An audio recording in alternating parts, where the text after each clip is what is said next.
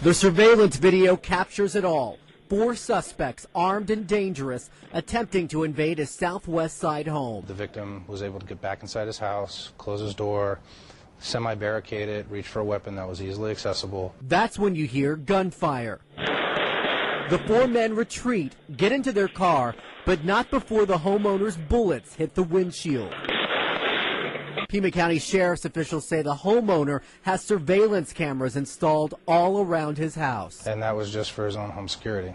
A 15-year-old at home with his 12-year-old sister when burglars try to break in. That's when investigators say the boy grabbed his dad's assault rifle and started shooting, and he hit one of the men repeatedly. This all unfolded this afternoon in the 2600 block of Royal Place Court. 11 News reporter Sharon Min Chow talked with neighbors and investigators. Anxious family and friends crossed the yellow tape into a surreal crime scene. A 15-year-old boy and his 12-year-old sister had been home alone in the Mount Royal Village subdivision. And then about 2:30, a pair of home invaders tried the front and back doors, then broke a back window. A young boy was protecting his sister. You know, he was in fear for his life and for his sister's life. The brother grabbed his father's assault rifle and knew what to do with it. Gun control. This is something I've been very animated about all this year with all the various gun outrages, especially the appalling thing at the cinema in Colorado. Why is it that Americans, to me it seems, so many Americans cannot divorce their right to defend themselves with a gun to the apparent right to go and buy 6,000 rounds of ammunition, high-powered assault weapons, and go and murder Americans? Well, the best thing I can tell you, Piers, is this.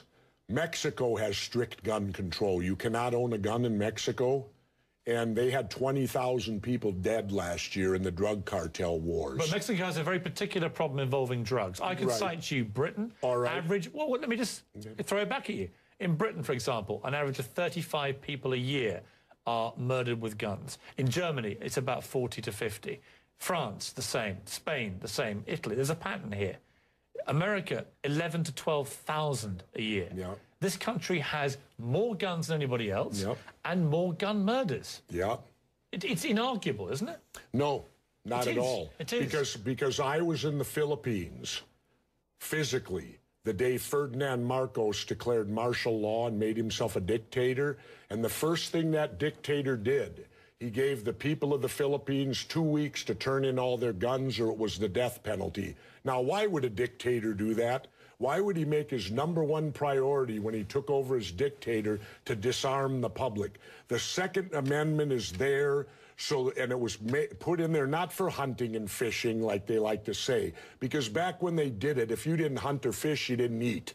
It was put in there so the citizens would have the ability, if their government became oppressive, they could defend themselves against oppressive government. And when they get our guns, they can have their world tyranny, while the government buys 1.6 billion bullets, armored vehicles, tanks, helicopters, Predator drones, armed, now in U.S. skies, being used to arrest people in North Dakota. The Second Amendment isn't there for duck hunting. It's there to protect us from tyrannical government and street thugs. All right, how many people here die because of car accidents of drunk driving? Do we go to the Ford Motor Company and tell them stop making these automobiles because people get drunk and kill people in cars? It's a facile argument.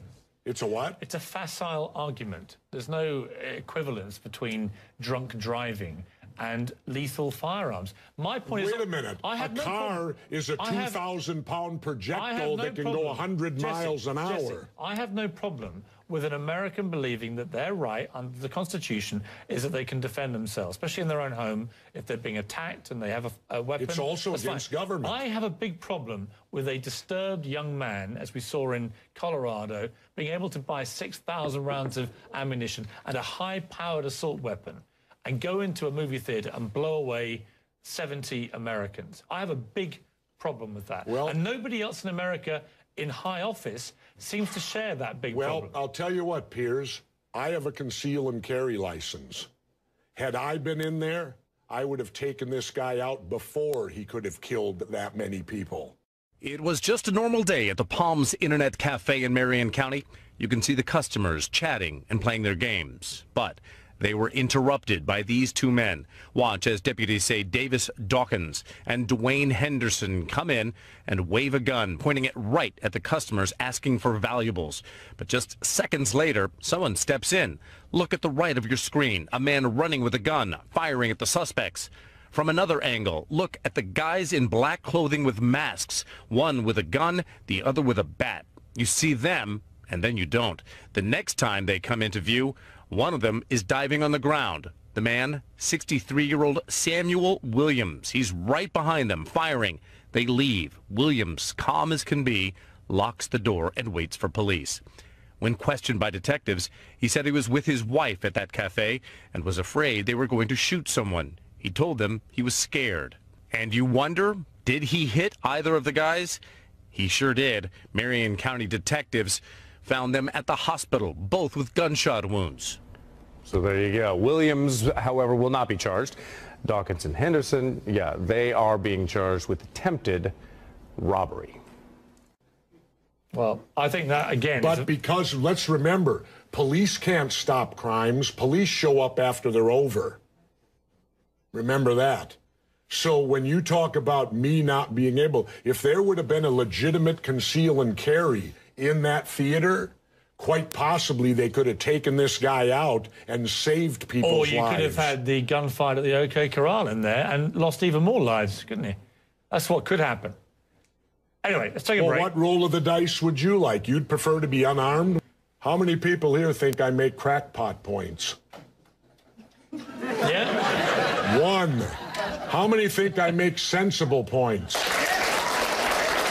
I don't care what the justification is, that you're allowed in this country to own a semi-automatic weapon, much less a handgun. But what do you need a semi-automatic weapon for? The only reason I think you need it is, Pierce, challenge Alex Jones to a boxing match, show up with a semi-automatic that you got legally, and pop him. I'd love to see that. In uniform. I'll borrow my brother's uniform. We only have the problem in our cities and unhappily in our schools where people like you have been able to get laws put on the books that keep people from being able to defend themselves. I honestly don't understand why you would rather have people be victims of a crime than be able to defend themselves. It's incomprehensible. You're an unbelievably stupid man, aren't you? It seems to me that you're morally obtuse. You seem to prefer being a victim to being able to prevail over the criminal element. And I don't know why you want to be the criminal's friend.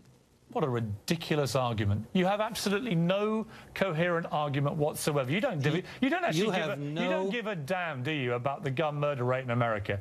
You don't actually care. All you care about seems to me that facts don't bother you, do they, Mr. Morgan? You would like to see... Facts don't seem to... They bounce right off of your head. Let's deal with some facts. You're speaking oblivious to what we do know is that when you go to an area in the United States where guns are freely available, readily able to be carried legally, there you find our lowest murder rates, lower than the murder rates in Europe. You go to our cities where we have cracked down on guns and people can't defend themselves, and that's where the criminals have a field day. How many? 80 people a day die in America from gunshots. And 75 of them to 78 of them, statistics by the Uniform Crime Report by the FBI and the UN study on violent crime, 78 of those 80 are let out of their cages by corrupt judges and prosecutors who know that recidivism is out of control, know that they'll commit the crimes again, and they let them walk through plea bargaining, early release, and programs. They still Kiss my ass. Yeah. Where you have the most armed citizens in America, you have the lowest violent crime rate. Where you have the worst gun control, you have the highest crime rate. Pierce, choose one. Do you want a lot of crime? We have it. Gun-free zones. Do you want less crime? We have that. More people with concealed weapons permit. Why do you guys resist that statistic? And I'm here to tell you, 1776 will commence again if you try to take our firearms. Doesn't matter how many lemmings you get out there on the street begging for them to have their guns taken. We will not relinquish them. Do you understand? That's why you're going to fail, and the establishment knows no matter how much propaganda, the Republic will rise again when you attempt to take our guns.